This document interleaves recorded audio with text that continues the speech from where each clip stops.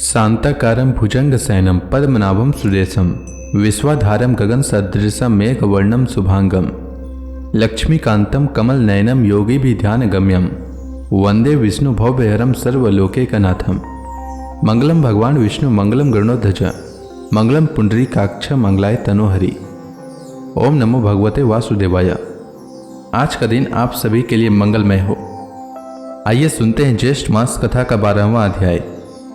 श्री सुखदेव जी कहते हैं, परीक्षित, प्रजा का यह संकट देखकर समस्त प्राणियों के अकारण बंधु देवादिदेव भगवान शंकर के हृदय में कृपावश बड़ी व्यथा हुई।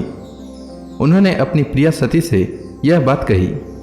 शिव जी ने कहा, देवी, यह बड़े खेद की बात है। देखो तो सही, समुद्र मंथन से निकले हुए कालकूट विष के कारण प्रजा पर कितना बड़ा दुख आ पड़ा है। ये बेचारे किसी प्रकार अपने प्राणों की रक्षा करना चाहते हैं। इस समय मेरा यह कर्तव्य है कि मैं इन्हें निर्भय कर दूं।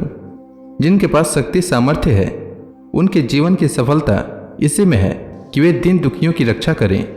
सज्जन पुरुष अपने क्षणभंगुर प्राणों की बलि देकर भी दूसरे प्राणियों की प्राण की रक्षा करते हैं। कल्याणी, अपने ही मोह की माया में फंसकर संसार के प्राणी मोहित हो रहे हैं और एक दूसरे से वैर की गांठ बांध रहे हैं। उनके ऊपर जो कृपा करता है उस पर सर्वात्मा भगवान श्री कृष्ण प्रसन्न होते हैं, और जब भगवान प्रसन्न हो जाते हैं तब चराचर जगत के साथ मैं भी प्रसन्न हो जाता हूँ। इसलिए अभी अभी मैं इस विष को भक्षण करता हूँ जिससे मेरी प्रजा का कल्याण हो। श्री सुखदेव जी कहते हैं, विश्व के जीवनदाता भगवान शंकर इस प्रकार सती देवी से प्रस्ताव करके उस विष को खाने के लिए तैयार हो गए।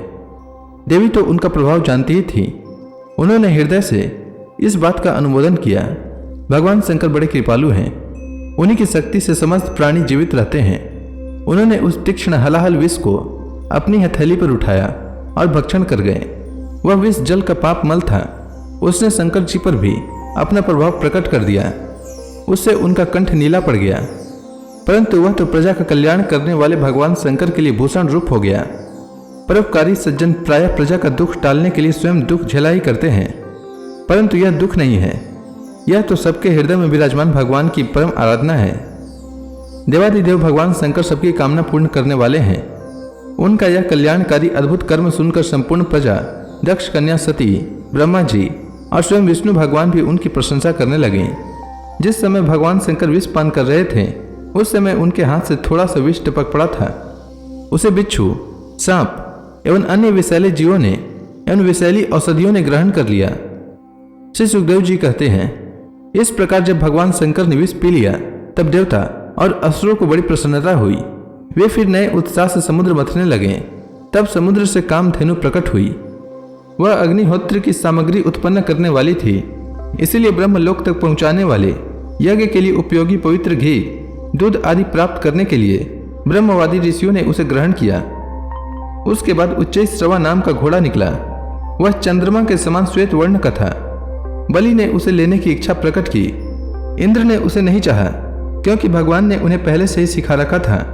तदंतर एरावत नाम का श्रेष्ठ हाथी निकला। उसके बड़े बड़े 4 दांत थे जो उज्ज्वल वर्ण कैलाश की शोभा को भी मात करते थे। तत्पश्चात कौस्तुभ नामक पद्मराग मणि समुद्र से निकली। उस मणि को अपने हृदय पर धारण करने के लिए अजित भगवान ने लेना चाहा। परीक्षित, इसके बाद स्वर्गलोक की शोभा बढ़ाने वाला कल्प वृक्ष निकला। वह याचकों की इच्छाएं उनकी इच्छित वस्तु देकर वैसे ही पूर्ण करता रहता है जैसे पृथ्वी पर तुम सबकी इच्छाएं पूर्ण करते हो। तत्पश्चात अप्सराएं प्रकट हुई। वे सुंदर वस्तु से सुसज्जित एवं गले में स्वर्णहार पहने हुए थी। वे अपनी मनोहर चाल और विलास भरी चितवन से देवताओं को सुख पहुंचाने वाली हुई। इसके बाद शोभा की मूर्ति स्वयं भगवती लक्ष्मी देवी प्रकट हुई। वे भगवान की नित्य शक्ति हैं। उनकी बिजली के समान चमकीली छटा से दिशाएं जगमगा उठी। उनके सौंदर्य, औदार्य, यौवन, रूप, रंग और महिमा से सबका चित्त खिंच गया। देवता, असुर, मनुष्य सभी ने चाहा कि यह हमें मिल जाए। स्वयं इंद्र अपने हाथों उनके बैठने के लिए बड़ा विचित्र आसन ले आए। श्रेष्ठ नदियों ने मूर्तिमान होकर उनके अभिषेक के लिए सोने के घड़ों में भर भर कर पवित्र जल ला दिया। पृथ्वी ने अभिषेक के योग्य सब औषधियाँ दी। गौों ने पंचगव्य और वसंत ऋतु ने चैत्र वैशाख में होने वाले सब फूल फल उपस्थित कर दिए। इन सामग्रियों से ऋषियों ने विधि पूर्वक उनका अभिषेक संपन्न किया। गंधर्वों ने मंगल में संगीत की तान छेड़ दी। नर्तकियां नाच नाच कर गाने लगी। बादल सदे होकर मृदंग, डमरू, ढोल, नगारे, नरसिंगे, शंख, वेणु और वीणा बड़े जोर से बजाने लगे। तब भगवती लक्ष्मी देवी हाथ में कमल लेकर सिंहासन पर विराजमान हो गई। दिग्गजों ने जल से भरे कलशों से उनका स्नान कराया। उस समय ब्राह्मण गण वेद मंत्रों का पाठ कर रहे थे। समुद्र ने पीले रेशमी वस्त्र उनको पहनाने के लिए दिए। वरुण ने ऐसी वैजंती माला समर्पित की जिनकी मधु में सुगंध से भौरे मतवाले हो रहे थे। प्रजापति विश्वकर्मा ने भांति भांति के गहने, सरस्वती ने मोतियों का हार, ब्रह्मा जी ने कमल और नागों ने 2 कुंडल समर्पित किए। इसके बाद लक्ष्मी जी ब्राह्मणों के स्वस्तियन पाठ कर चुकने पर अपने हाथों में कमल की माला लेकर उसे सर्वगुण संपन्न पुरुष के गले में डालने चली। माला के आसपास उसकी सुगंध से मतवाले हुए भौरे गुंजार कर रहे थे। उस समय लक्ष्मी जी के मुख की शोभा अवर्णनीय हो रही थी। सुंदर कपोलों पर कुंडल लटक रहे थे। लक्ष्मी जी कुछ लज्जा के साथ मन मन मुस्कुरा रही थी। उन पर चंदन और केसर का लेप किया हुआ था।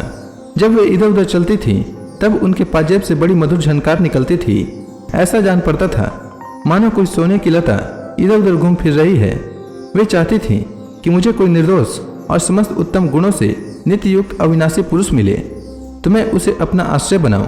परंतु गंधर्व, यक्ष, असुर, सिद्ध, चारण, देवता आदि में कोई भी वैसा पुरुष उन्हें नहीं मिला।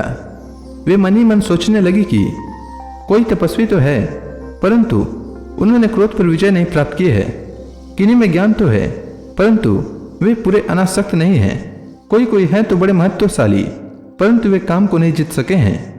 किन्हीं में ऐश्वर्य भी बहुत है परंतु वह ऐश्वर्य ही किस काम का जब उन्हें दूसरों का आश्रय लेना पड़ता है। किन्हीं में धर्माचरण तो है परंतु प्राणियों के प्रति वे प्रेम का पूरा बर्ताव नहीं करते। त्याग तो है परंतु केवल त्याग ही तो मुक्ति का कारण नहीं है। किन्हीं किन्हीं में वीरता तो अवश्य है परंतु वे भी काल के पंजे से बाहर नहीं है। अवश्य ही कुछ महात्माओं में विषय शक्ति नहीं है परंतु वे तो निरंतर अद्वैत समाधि में ही तल्लीन रहते हैं। किसी किसी ऋषि ने आयु तो बहुत लंबी प्राप्त कर ली है परंतु उनका शील मंगल भी मेरे योग्य नहीं है। किन्हीं में शील मंगल भी है परंतु उनकी आयु का कुछ ठिकाना नहीं। अवश्य ही किन्हीं में दोनों ही बातें हैं परंतु वे अमंगल वेश में रहते हैं। रहे एक भगवान विष्णु, उनमें सभी मंगलमय गुण नित्य निवास करते हैं परंतु वे मुझे चाहते ही नहीं। इस प्रकार सोच विचार कर अंत में श्री लक्ष्मी जी ने अपने चिर अभिष्ट भगवान को ही वर के रूप में चुना क्योंकि उनमें समस्त सद्गुण नित्य निवास करते हैं। प्राकृत गुण उनका स्पर्श नहीं कर सकते और अणिमा आदि समस्त गुण उनको चाहा करते हैं परंतु वे किसी की भी अपेक्षा नहीं रखते। वास्तव में लक्ष्मी जी के एकमात्र आश्रय भगवान ही हैं। इसी से उन्होंने उन्हीं को वरण किया। लक्ष्मी जी ने भगवान के गले में वह नवीन कमलों की सुंदर माला पहना दी जिसके चारों ओर झुंड के झुंड मतवाले मधुकर गुंजार कर रहे थे। इसके बाद लज्जापूर्ण मुस्कान और प्रेमपूर्ण चितवन से अपने निवास स्थान उनके वक्ष स्थल को देखती हुई वे उनके पास ही खड़ी हो गईं। तो इसी के साथ यह अध्याय समाप्त हुआ। इसके आगे की कथा मैं कल के अध्याय में सुनाऊंगा। तब तक के लिए भगवान हरि का नाम लेते रहें। तो प्रेम से बोलिए भगवान विष्णु की जय, श्री कृष्ण भगवान की जय, समस्त देवी देवताओं की जय।